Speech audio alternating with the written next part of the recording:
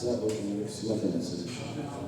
Allah bizi bu dünyada əhl-i ziyarətindən, yuqada şifayətindən bilməsin inşallah.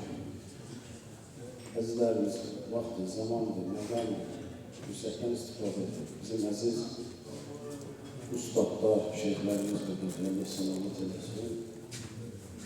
Məndə qardaşımız, hörmət, ehtiram, izzət, mərifət, əxlaq, əqaid, fiqh, bu məsələlərdə ustad olan değerli kardeşimiz Nazım-ı Fəxr olan ki, şeyhlərdən qardaşacılar olsun.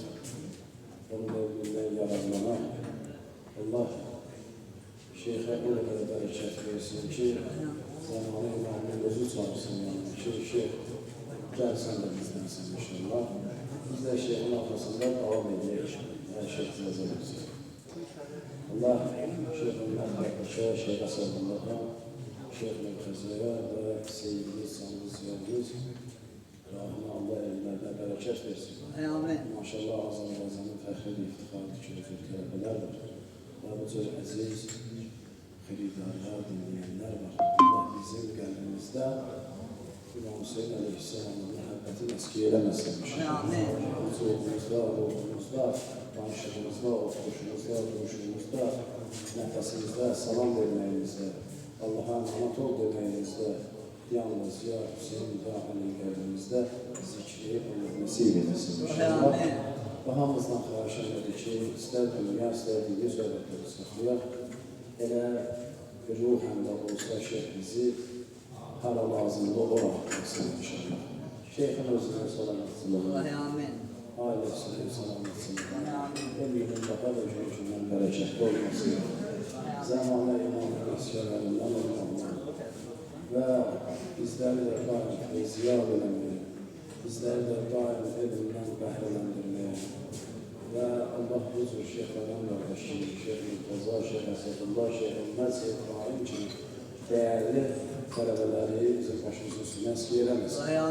Allah sənə də can sağlam olsun, kərvam edəcək, sənə hürmətin böyük, məhşur sənsən salamatın üçün.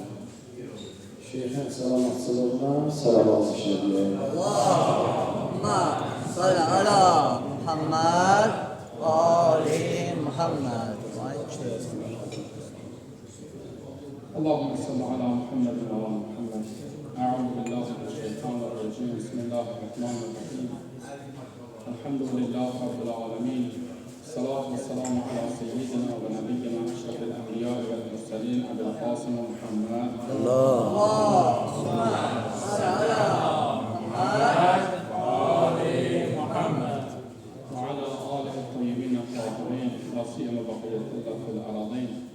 واللعن الدائم على أعدائهم أجمعين من الحمد لله يوم الدين. اللهم عجل بذرية الفرج والعافية والنصر واجعلنا من أنصاره وأعوانه.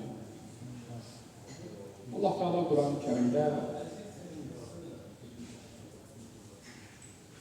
müminler için birçok vazifeler təyin edir ve ilk olarak bütün bəşər haqqında danışarkən deyir ki, Allah Teala və mə xalaqtul cinnə vəl insə illə liya'budun. Mən cinləri və insanları yalnız mənə ibadət eləmək üçün yaratmışam. Mənası bundan ibarətdir ki, yaradılış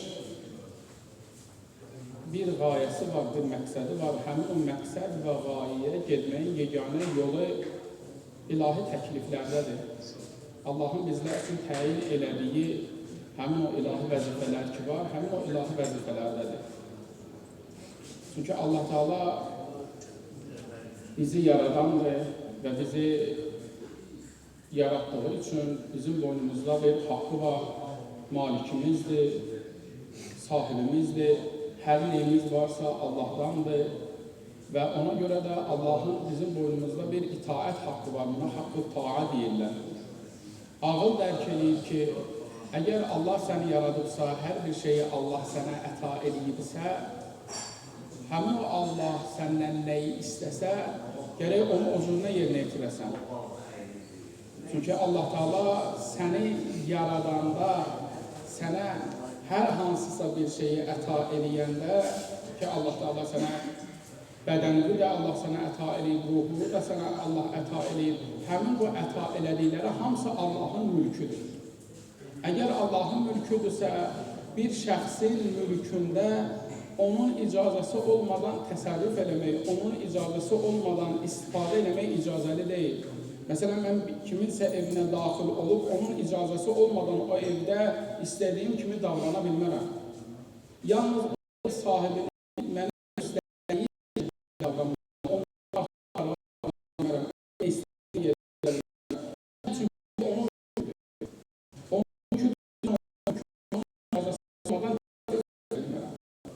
İndi bu Allahın mülküdür. Ne ifade? Bu Allah'ın olan şeyler ve bu malik olduğumuz her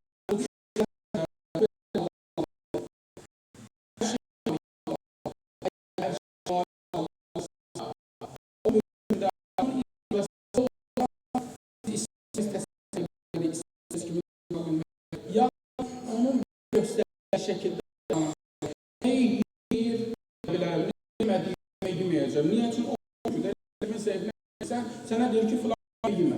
Falan yeme. Her hansısa bir gıdanı sana qadağan edir yemeye. Onun mülkü olduğuna göre sen daha soruşa bilmezsen ki niye bunu qadağan elədin vesaire ve ilahe. Niye? Çünkü onun mülküdür. İstediğini sana verir, deyir ki bunu ye. İstediğinden de sana deyir ki ona toxunma. Eve dəvət edib səni, istediği otağa deyir ki hə burada ol. İstediği otağa deyir ki bura daxil olma, buradan kesmə. Bu adi bir mülkdə belədirsə, bir insanların mülkündə ki, halbuki bu mülk etibarı bir mülkdür, bizim birimizin digərinə olan, nisbətdə olan mülküdürsə, bir həqiqi malikin mülkündə görəsən hökm nəzirdir. Həqiqi malik ki, hər şeyin həqiqi malikidir, həqiqi maliki huzuruna ki, yəni hər bir şeyə varlığı əta eləyən, yoxluqdan çıxardıb onu var eləyən Allah olsa demək, hər bir şeyin həqiqi maliki olur. İstədiyini istədiyi kimi dəyişə bilər. İstədiyini yox eləyə bilər. O malik bizə öz mülkündə, bizə verdiyi həmin o bizdəki olan özü də onun mülküdür, ruhumuz da onun mülküdür, cismimiz də onun mülküdür. Bizdə müəyyən qadağalar qoyur, müəyyən əmrlər edir. Gərək həmin o qadağaları götürək və ondan çəkinək, qəbul edək, laf səbəbini başa düşməsək belə. Nələri ki, əmr edildi yerinə yetirməyə, həmin onu da yerinə yetirməlidir. Və buna görə də Allah Teala elçilər göndərir. Allah Teala höccətlər göndərib, peyğəmbərlər, imamlar göndərib, onlarla kitablar göndərib və onun vasitəsilə bizə izah eləyib ki, nə cür davranmalıyıq, nə cür yaşamalıyıq həmin bu həyatda. Həmin bu yaşayışımız, həmin bu davranışımız Allah nə cürləyirsə o cürlü olmalıdır. Bu təklifdir ki, buna biz deyirik ki, Allah Teala bizi mükəlləf qərar verir. Allah Teala bizim boynumuzda müəyyən şeyləri vacib edib, müəyyən şeyləri isə bizə haram edib, vacib elədiyini yerinə yetirməliyik, haram elədiklərindən isə sökülməliyik. Ona görə Quran-ı Kərimin özünə müraciət etməliyik və baxmalıyıq ki, mənim görəsən vəzifəm nədir? Bu təbii ki, bir tərəfidir ya, digər bir tərəfi bundan ibarətdir. Əgər Allah məni yaradıbsa, ağlım dərk edir ki, Allah Teala heç vaxt bihudə bir iş görməz, lazımsız bir iş görməz. Yaradıbsa nəsə bir məqsədi var, nəsə bir qərəzi var. İndi məni yaradıbsa demək, məni yaratmaqda da nəsə bir qərəzi və məqsədi vardır. Həmin o qərəzi və məqsədi nədən ibarətdir? Ağlım deyir ki, gedib onu tapmalısan, bilməlisən, axtarmalısan, görürsən ki, Allah Teala məndən nə istəyib, nəyi yerinə yetirməliyəm, mənim vəzifəm nədir?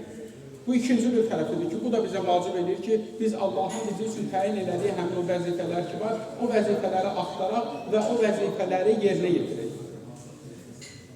İndi həmin o vəzifələr üçün biz Quran-ı Kərimə baxanda görürük ki, Quran-ı Kərimin özündə Allah Teala müxtəlif vəzifələr deyib, amma sadəcə o vəzifələrdən birinə istəyirəm işarə edeyim ki, tabi təbərrük eləyir Quran-ı Kərimin ayəsindən. Allah Teala Təhrim surəsi 6-cı ayədə buyurur ki, Ya yuhəllədiyinə aminu.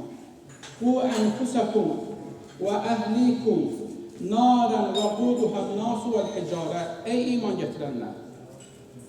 Özünüzü və ailenizi ateşi insanlardan və daşlardan olan oddan koruyun. Allah bizə əmr edir. Əmr edir ki, özünüzü koruyun. Bir ateş var, bir od var. O od adı bildiğimiz odlar kimi değil. O adın odunu insanlardır və daşlardır. İndi odunu insanlardan və daşlardan ibarət olan həmin bu atəş ki var, o atəşdən özümüzü qorumağa Allah Teala bizə əmr edir. Bu özümüzü qorumaq bizim ağlımızın hökmüdür. Çünki ağıl deyir ki, əgər birdən bir zərər ehtimalı versin, o zərər ehtimalından qaçmalısan. Ehtimal versin. 2 dənə yol olsa, onlardan birinin axırında həlakət olmuş olsa, ya məsələn bir yırtıcı heyvan olsa, biri isə əminamanlıq olsa, ağıl deyir ki, əminamanlıq olan yolla getməlisən. O ehtimal var, orada yırtıcı var, hələ dəqiq deyil. Ehtimal verirsən ki, orada yırtıcı var, o yoldan getməməlisən. Bu ağlın hükmüdür. Öz həyatımıza baxsaq, görəcəyik, haradakı bir zərər görürük, 2 dənə yol görürük, birində zərər var, birində zərərin ehtimalı var, birində isə yox. Əminamanlıqdır, ağıldır ki, əminamanlıqla get. Hər kim o zərər ehtimalı olan yolla getmiş olsa, digər ağıllı insanlar onu qınayacaq ki, ehtimal edirdin ki, orada zərər var, niyə gedirdin o yolla? İndi əgər birdən atəşin olması ilə bağlı, əgər birdən ehtimal olmuş olsaydı, halbuki ehtimal deyil, Allah Teala yaradıb, Allah Teala ki, doğru danışandır, heç vaxt yalan danışmaz, Allah deyir ki, bir atəş var. Bu Allah peyğəmbərlər göndərib, 124 min peyğəmbər göndərib, nə qədər vəsilər göndərib. Sonuncu peyğəmbərin özünün 12 dənə vəsisi var. Bunlar hamısı Allah tərəfindən göndərilən nümayəndələr. Hamısı deyib ki, bu dünyadan sonra bir aləm var. O aləmdə bir atəş də var. Bir cəhənnəm də mövcuddur. İndi bunun yalan danışma ehtimalını insan verə bilər. Laf tutalım vermiş də olsaydı, nauzubillah, məsələn tutalım ki, tam inanmır, tam yəqini yoxdur, ən azından ehtimal var deyə, ağlı deyir ki, bu ehtimalın ardınca düş, özünü qoruyar. Belə bir təhlükə var arada. Təhlükə ehtimalı var ən azından. Təhlükə ehtimalı olan yerdə ağlı deyir ki, özünü qorumalısan. İndi Allah Teala ağlımızın bu hökmünə bizi irşad edir, bizə yol göstərir ki, ağlımızın bu hökmünə müraciət edir. Və bilin ki, belə bir atəş var, mən deyirəm atəş var. Bu atəş süzü yaradan necə süzü mən yaratmışam, o atəşdən mən yaratmışam, mən xəbər verirəm sizə. Və özünüzü bu atəşdən qorumalısınız, ağlınıza müraciət edirsiniz, ağlınız da deyir ki, özünüzü qorumalısınız. Bu bir tərəfidir. Ona görə insan o atəşdən qorunması üçün nə lazımdırsa onu yerinə yetirəcək, Allahın vacib elədiklərini yerinə yetirəcək, namazını qılacaq, orucunu tutacaq, digər vaciblər nədirsə, məsələn, yalan danışmayacaq, qeybət eləməyəcək, bu haramlardan da çəkinəcək. Ancaq ibadət Allahın istədiyi bizdən ancaq namaz, oruc deyil ki. Allah Teala bizdən deyir ki, ədalətli olun, Allah Teala deyir ki, doğru danışın, doğru danışanlarla birgə olun. Bu kimi nə qədər əmirlər var Allahın. Və nə qədər qadağaları var, bəli, müəyyən bir qadağaları Allahın məsələn, deyir ki, yeməklə, içməklə bağlıdır, donuz ətinə haram eləyib, şərabı haram eləyib, qadağan eləyib, amma o ilə yanaşı yalan danışmağı da haram eləyib, qeybəti də haram eləyib, töhmət vurmağı da haram eləyib və bu kimi əmrlər və nəhiylər və qadağalar mövcuddur. Və o atəşdən özümüzü qorumaq üçün gəlib bunları yerinə etirək, bunları öyrənək və icra edək. Amma məsələ budur ki, bu ayə bizə bildirir ki, təkcə vəzifəmiz özümüzü qorumaq deyil. Bəli, özümüzü qorumalıyıq, bu ağlımızın hökmüdür. Amma Allah Teala bir əlavə deyir bizim özümüzə. Deyir, bu ənfusəkum və əhlikum, özünüzü və ailənizi qoruyun. Yəni, elə düşünmə ki, sənin ancaq vəzifən budur ki, özünü qoruyasan, qurtardı getdi. Elə biləsən ki, bəli, mən Allahın hökmlərini icra edirəm, bununla iş bitmiş olur. Yox, öz ailəvi də qorumaq çalışır. Onlara belə doğru olan nədirsə, o doğru olanı çatdır. Təbii ki, məcbur məsələ ki, eləyə bilməsən, çünki ürəyinə ki, daxil olmayacaqsın məcbur eləməyə. Lakin məsələsi bundan ibarətdir, dəvət elə. Çalış, tərbiyyət elə, məsələn, övladı tərbiyə eləsin insan bu cürünə. Allahın əmrlərini yerinə yetirməklə və qadağalarından çəkinməklə bu cürünə tərbiyə eləsin. Və həmçinin ailəsi digər öhdəni. Və həmçinin təbii ki, daha genişli məsələ, dostluğu, tanışlığı. Bu da həmçinin insanın fitri və ağlının hökmüdür. Çünki deyir ki, əgər birdən sən bunu sevirsənsə, doğrudan sən buna sevgin varsa, öz ailindürsə və sən də bilirsən bir dənə burada təhlükə var. O ailəvi qorumayacaqsan. Adi bir dənə dünyada bir dənə nəsə bir təhlükə olanda, nəsə bir təhlükə hiss edəndə sən tez öz ailəvi qorumağa çalışırsan. Haradasa olsun, birdən eşitsin ki, məsələn, ya ehtimal versin ki, tutalım ki, məsələn, ev yanır, evdə də ailə var, gələcəksən özü hətta bəzi yerlərdə fəda eləməyə çalışacaq ki, sanki ta onları qoruyur. İndi necə bu dünyanın balaca o əzablarından qorumağa çalışırsan, öz ailəvi, əbədi bir əzab var, ondan da gərək qoruyasan. Ona görə boynumuzda vəzifə var, vəzifə bundan ibarətdir ki, öz yaxınlarımızda belə doğru olan nədir, o doğru olanı çatdırar.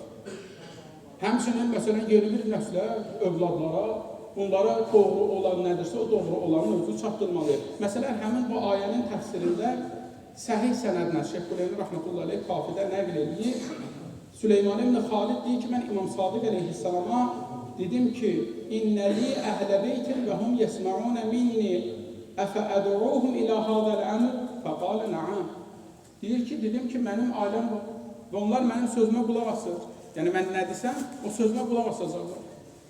İndi mən bu işdən də məqsəd imamət idi. Təbii ki, məsələ imamət sazı bir misalıdır.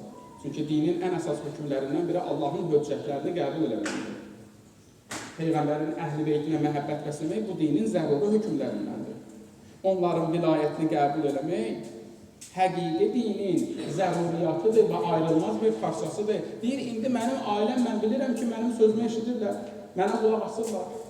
Mən onları çağırımla, yəni imaməti onlara başa salıram.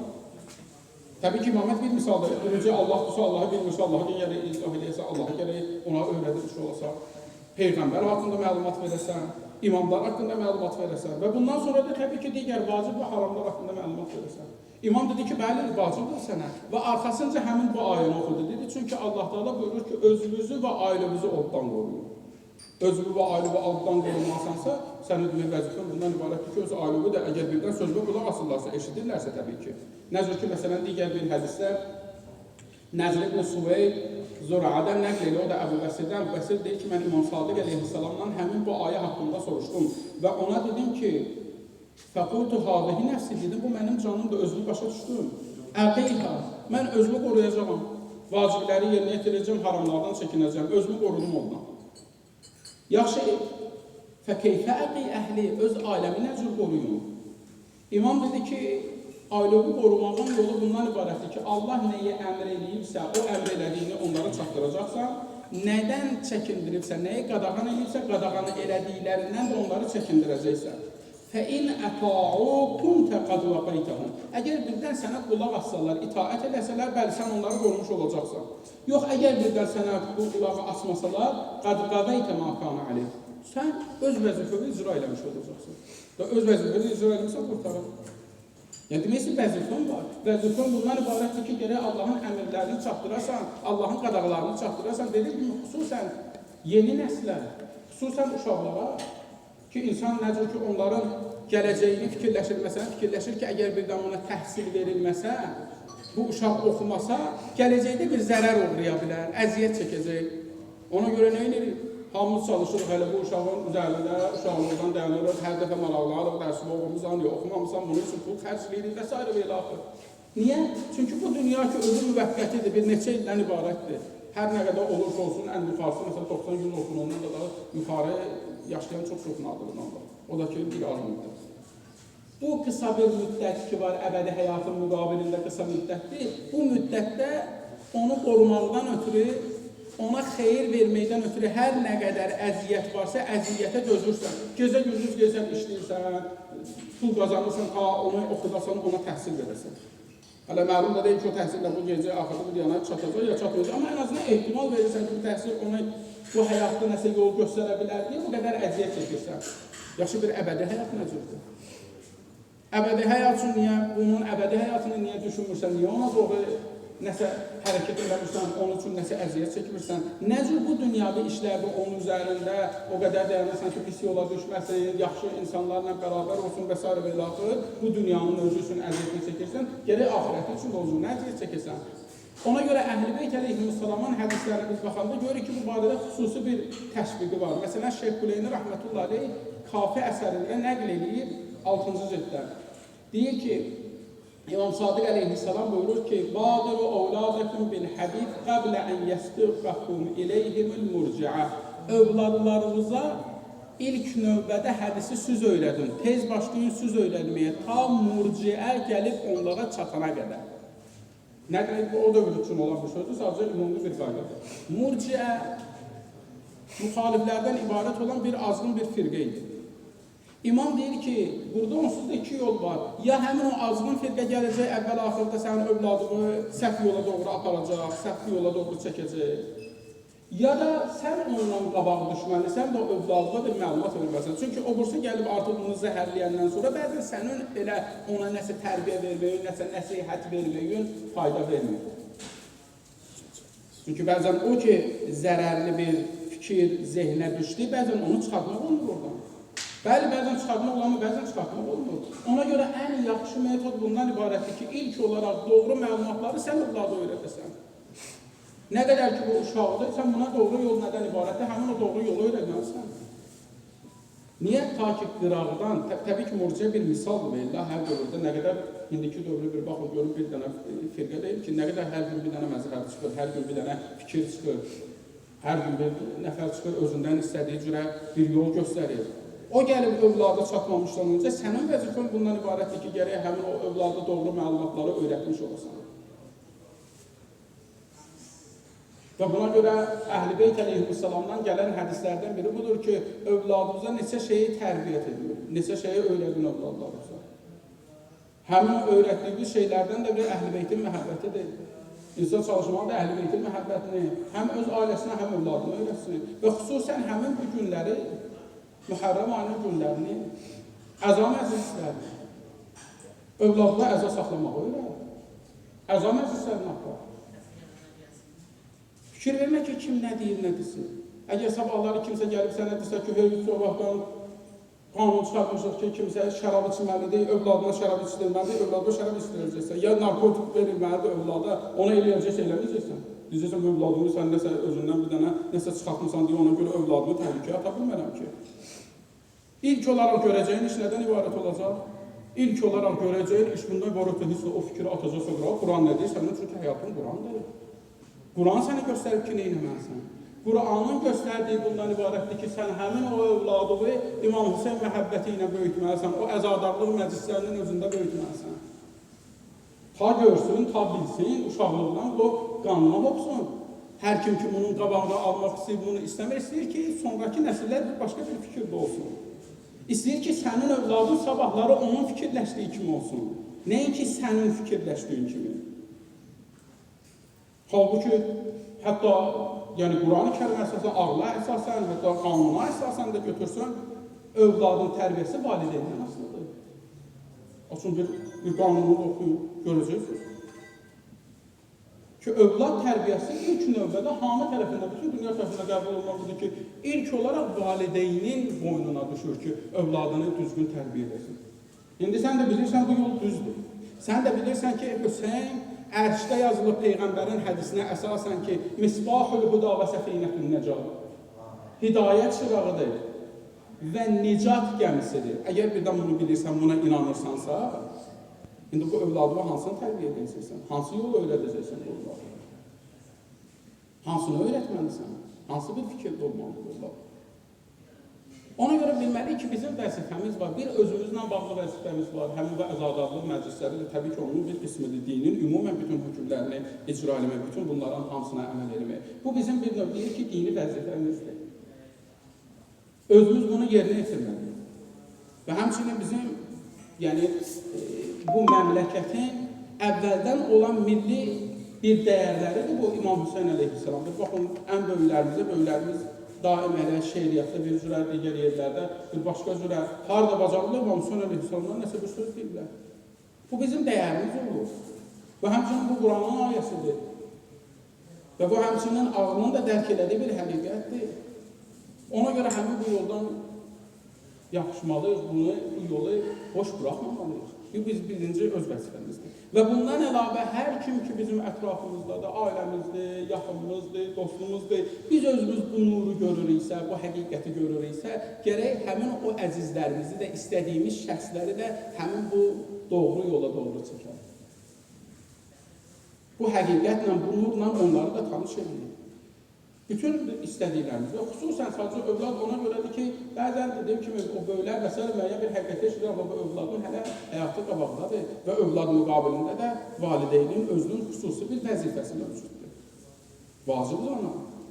Həm əxlaq olaraq vacibdir, həm Quran-ı Kərim və Əhl-i Beytin hədislərinə əsasən bizə vacibdir. Ona görə vəzifələrimizi həmin bu ayda xüsusən necə ki, böyük şair Muhammed Füzuli özü belə ki, Azərbaycan əgər birdən ədəbiyyat haqqında danışmaq istəyəndə bizim dildə, bu dildə olan ədəbiyyatın başında dayanan şəxslərdən biri, yəni Azərbaycan dilində olan ədəbiyyatın. Çünki məsələn, deyək ki, oradan əvvəlki əgər birdən nəzərdə tutur, məsələn, Nizami ki, Azərbaycan dili Azərbaycanda olub, amma Azərbaycan ədəbiyyatının Azərbaycan dilində bir şeyli və ən azına gəlsin. Azərbaycan ədəbiyyatını danışırıq.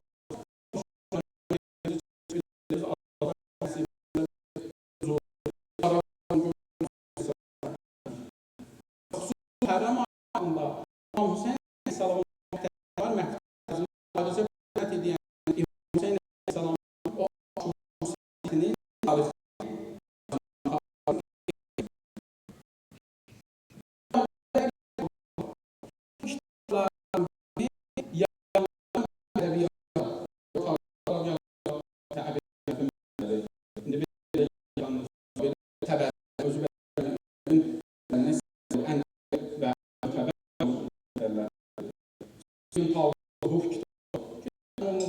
Sevdiğimin tavsiyonu bu. Ben sana bir məktəbin məktəbi olan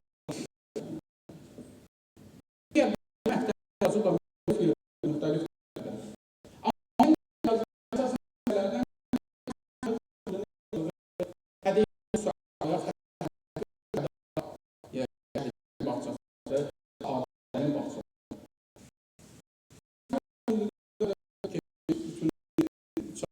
ve yaxşı da tərcümə olsun.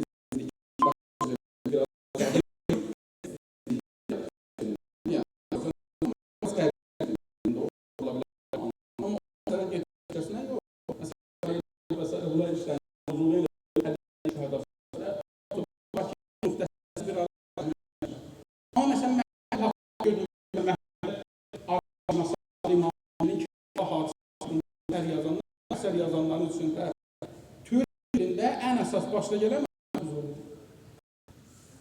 İmam geldi de.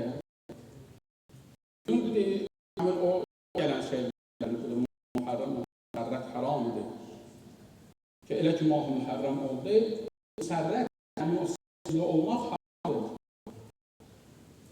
Matəm bu şəriyyəti ehtiram ki bu özündə matəm soxan ehtiram ki bu azalmaq səfiyən düşünmək bizə gəlir. Bizim özləri əvvəl. Deyim kimi ədəbiyyatımızın başında dayanan ki, haram alınır. Şəriyyətimizdə də fəqirlərimizə gəlsə birbaşa haram millətə gəlirdən ihtiram olsa və s. bu zaman haramdır. Amma Məhəmməd Huzuri biraz da qabağa gedirdi. Ümumiyyətlə sevinç bu ayda haramdır. Şənlənmə bu ayda haramdır. Və bu ayda əza saxlamaq şəriyyətin özünə bir ehtiramdır. Ki, burasına da mültəfit dedi ki, yox, bu hökm özü bir ehtirami hökmlərdən. Ona görə həmin bu dəyər bizim özümüzə böyüklərimizin əziyyəti ilə, qələm əhlinin qələmi ilə, danışanların danışması ilə, və ən azından ailənin zövqlərına bu marif, bu həqiqi çatdırmaya gəlib çatır. Hər növ ilə məraq çatır.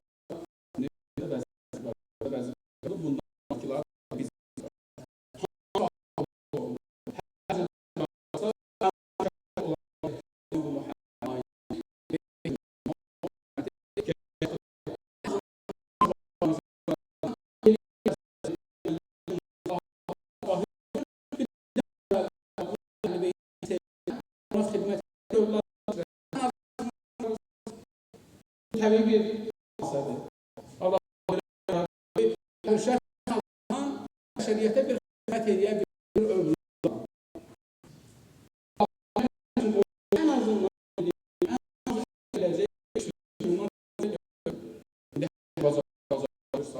digərləri ama en az olan bu değil.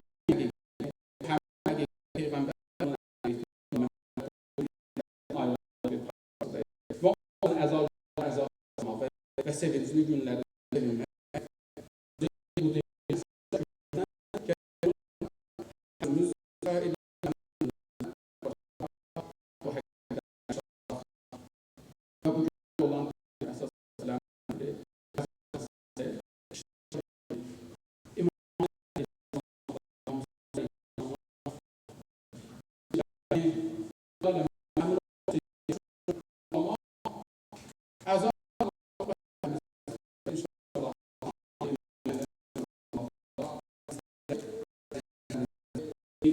icra edir.